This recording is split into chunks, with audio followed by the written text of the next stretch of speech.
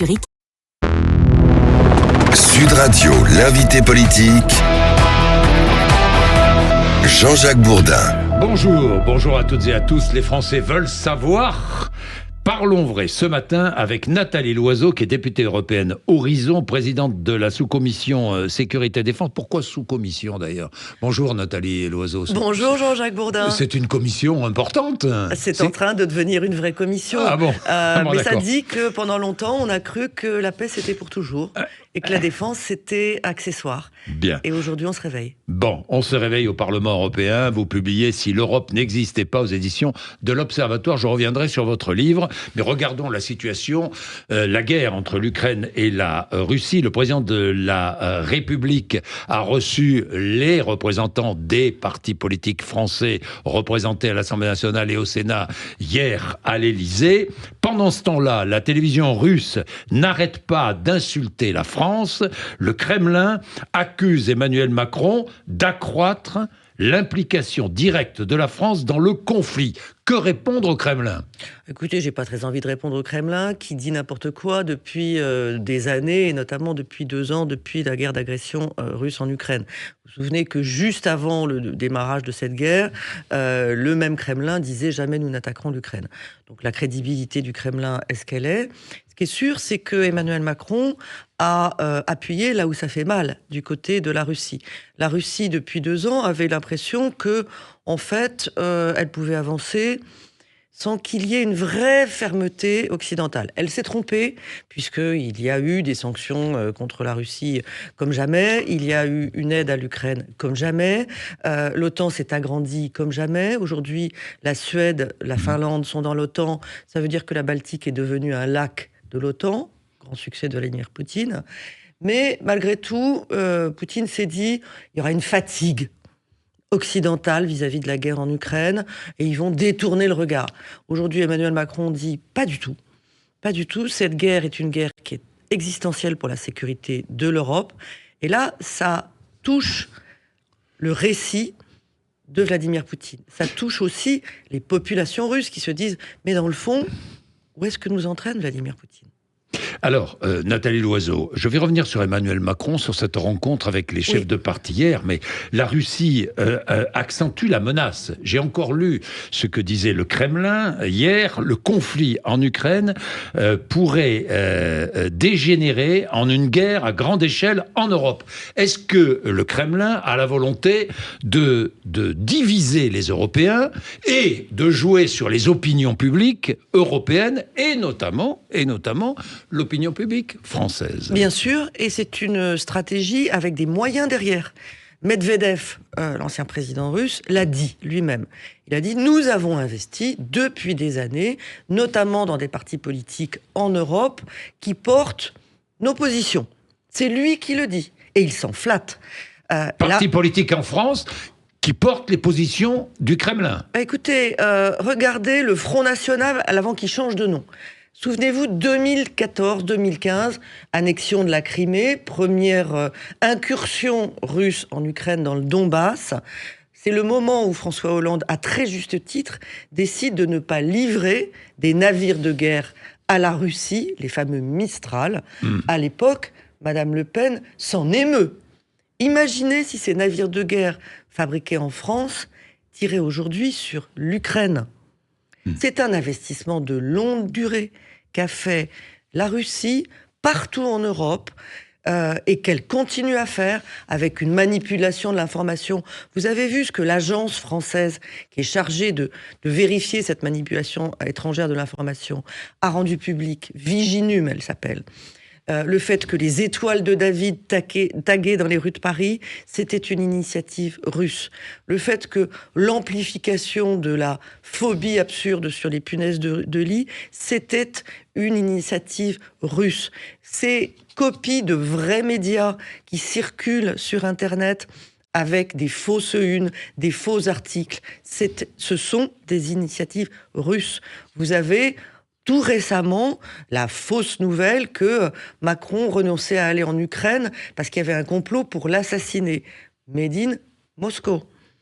C'est systématique. Oui, c'est une guerre hybride, c'est pas une guerre militaire, mais c'est une guerre quand même que la Russie mène. D'ailleurs, à propos des Mistral, tout le monde a remarqué la bêtise de Sébastien Chenu hier sur TF1. Hein. Alors, je ne sais pas si lui-même l'a remarqué, c'est ça qui m'inquiète. Soit il ne sait pas ce qu'il dit et c'est grave, soit il sait ce qu'il dit et il ment et c'est grave.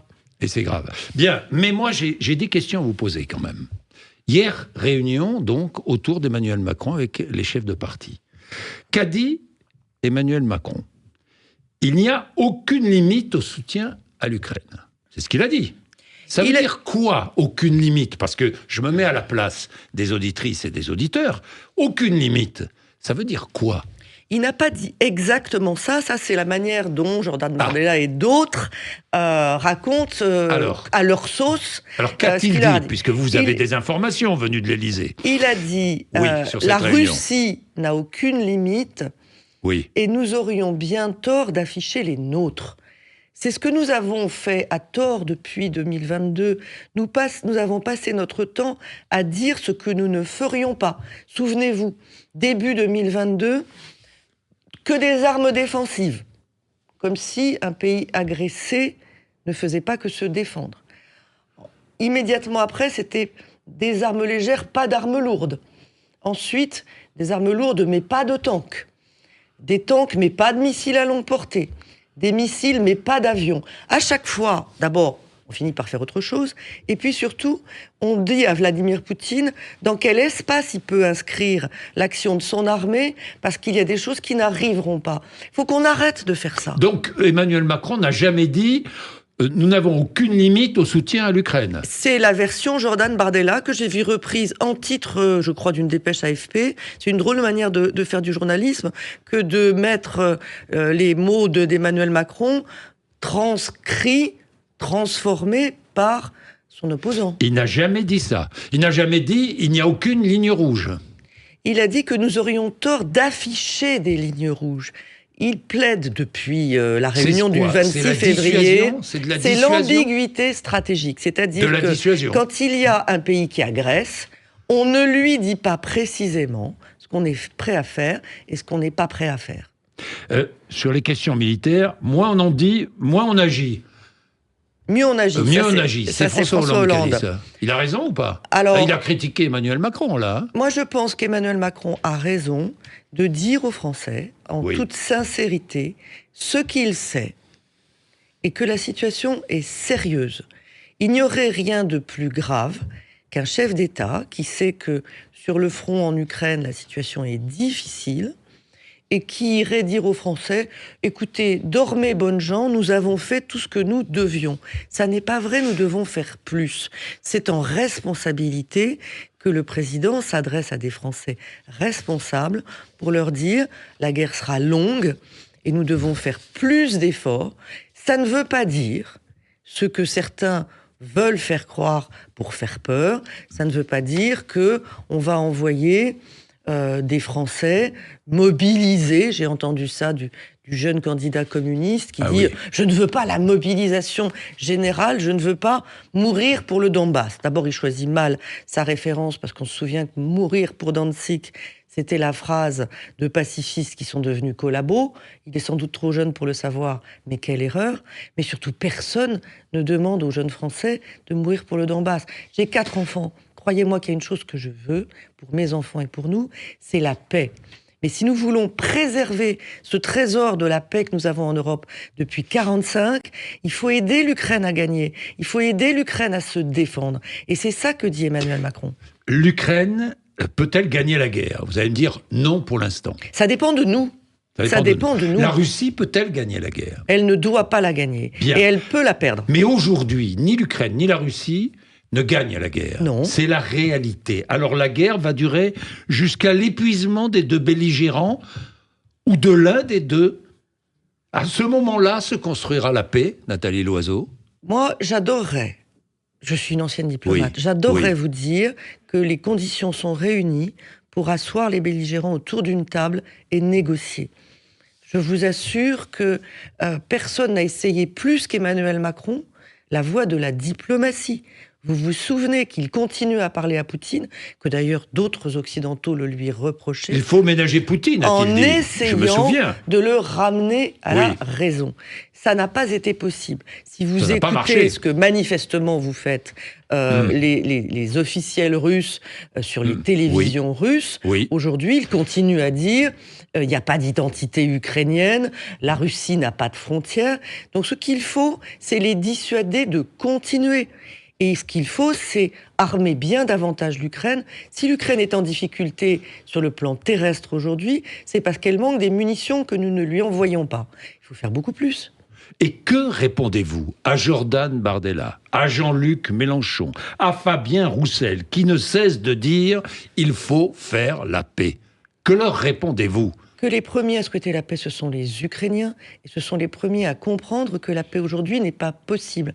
Imaginez, pendant la Première Guerre mondiale, au moment du chemin des dames, au moment où nous perdions des troupes dans des nombres effarants, imaginez que les alliés de la France nous aient dit « Non, écoutez, ça va bien, ça fait 2 ans.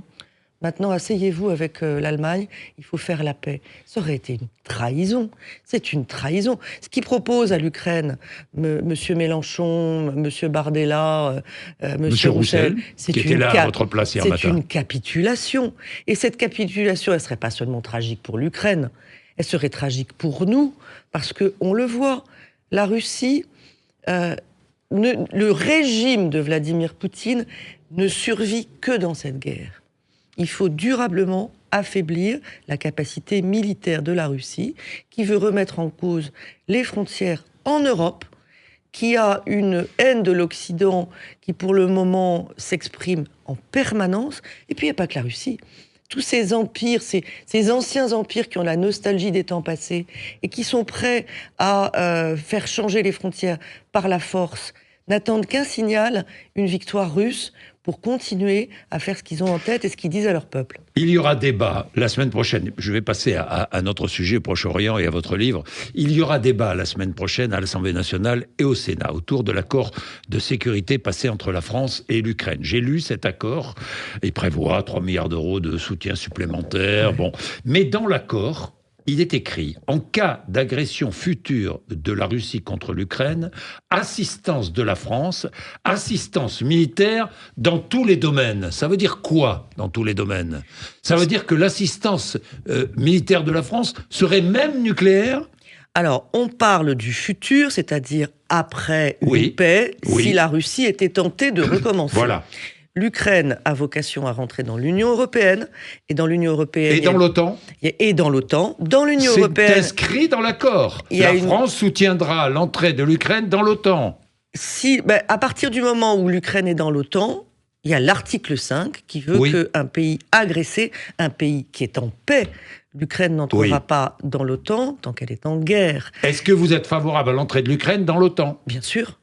La grosse erreur que nous avons commise collectivement, et la France fait partie de cette erreur, c'est quand nous avions dit à l'Ukraine en 2008, écoutez, vous êtes intéressés par l'OTAN, on fait la politique de la porte ouverte, c'est-à-dire qu'on les a laissés à la porte.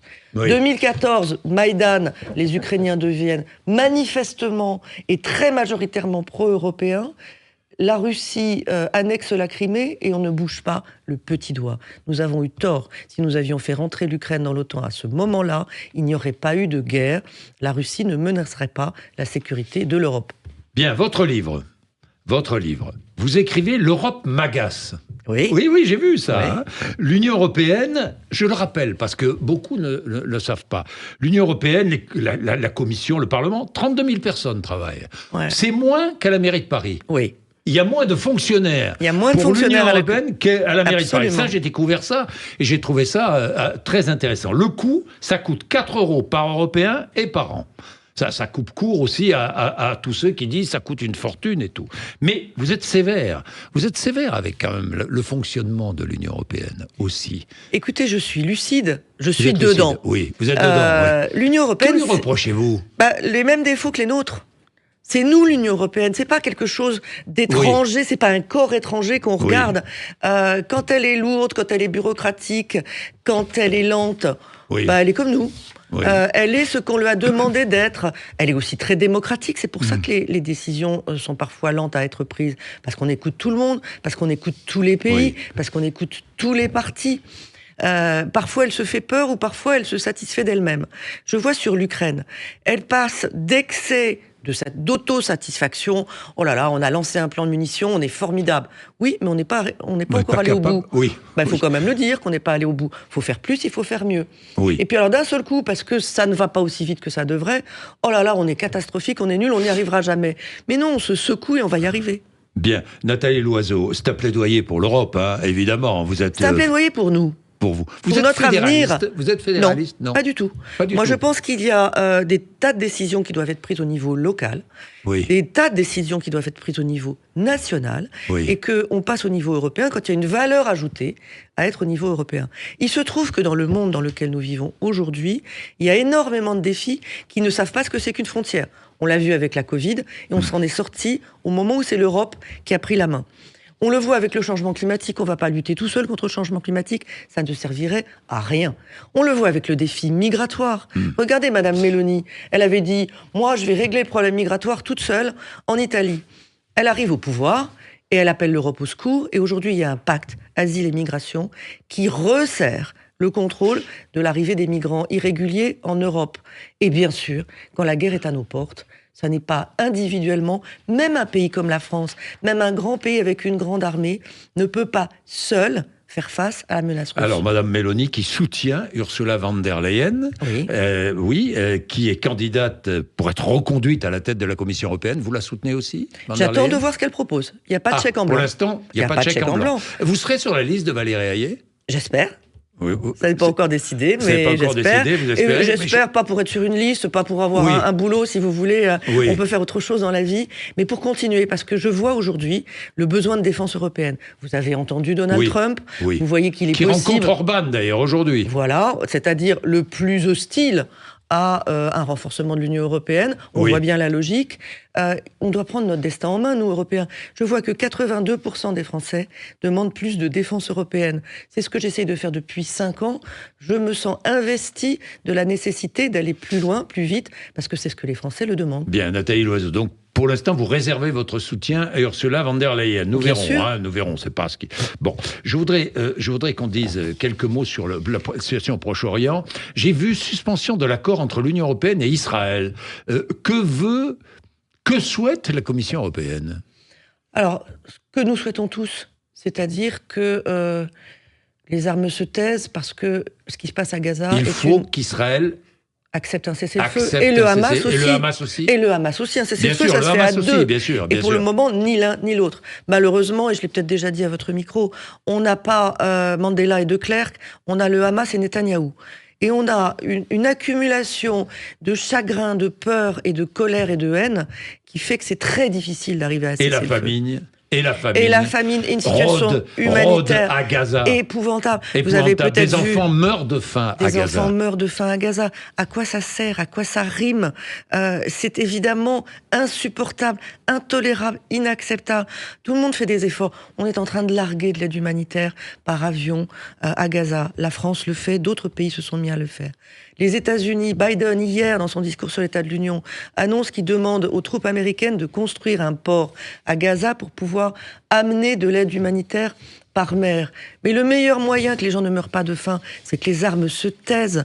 Et c'est aussi que le Hamas arrête d'organiser le chaos dans Gaza. Parce que c'est très difficile aujourd'hui pour les humanitaires d'emmener des camions jusqu'aux gens qui en ont besoin. Ils sont pillés, ils sont détournés. Le Hamas ne gère plus rien. Il n'y a plus aucune sécurité gérée par le Hamas. C'est une course au chaos.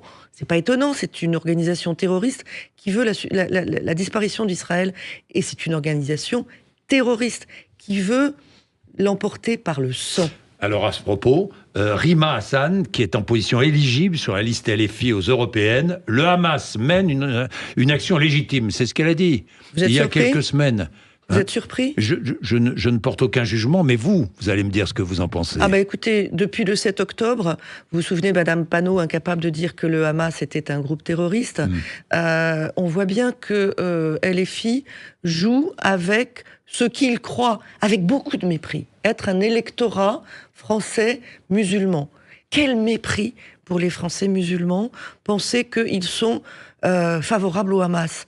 À qui parle-t-il? À quel point sont-ils hors sol pour faire du petit clientélisme sale et surtout pour aller jusqu'à inclure dans leur liste quelqu'un qui parle de la Palestine, de la rivière à la mer, c'est-à-dire qui est contre l'existence d'Israël. Est-ce que la liste LFI est à vos yeux disqualifiée? Écoutez, c'est pas à moi de dire si elle est qualifiée ou disqualifiée, les Français jugeront. Bien. Je voudrais que nous terminions quelques mots. C'est la Journée internationale des droits des femmes. Oui. Il y a une femme dont on ne parle pas, très peu, malheureusement. Elle s'appelle Narges Mohammadi. Elle est prix Nobel de la paix. Et elle est dans une prison, en Iran. Absolument. Et on en parle peu. On en parle peu. Pourquoi est-ce qu'on en parle peu? Pourquoi est-ce qu'on parle peu des femmes iraniennes qui se battent? J'ai vu un sondage aussi. Selon un tout récent sondage, 95% des femmes de Téhéran interrogées sont opposées au port du voile. Exactement. Islamique. Et le féminisme, c'est écouter ces femmes-là. C'est écouter les femmes afghanes qui sont persécutées parce qu'elles sont femmes. Il n'y a pas situation plus épouvantable que les femmes dans ces régimes islamistes fous qui sont persécutées parce qu'elles sont femmes. Nous leur devons la solidarité. Nous devons accueillir et aider. Moi, je porte ça au niveau de l'Union européenne. Ces femmes, quand elles arrivent à fuir leur régime sanguinaire, et les aider parce qu'elles sont l'avenir de l'Iran, elles sont l'avenir de l'Afghanistan. Ce sont des femmes qui regardent vers nous avec espoir. Ce sont des femmes qui considèrent que notre modèle Mais nous détournons est le regard. leur. Pour paraphraser Jacques Chirac, nous détournons le regard malheureusement trop souvent, non? Je crois, ni vous ni moi. Ce qui me choque, c'est que certains mouvements qui s'intitulent féministes aient tant de mal à nommer les choses, et tant de mal à dire qu'imposer le voile, c'est imposer la soumission des femmes, et c'est les considérer comme des êtres inférieurs.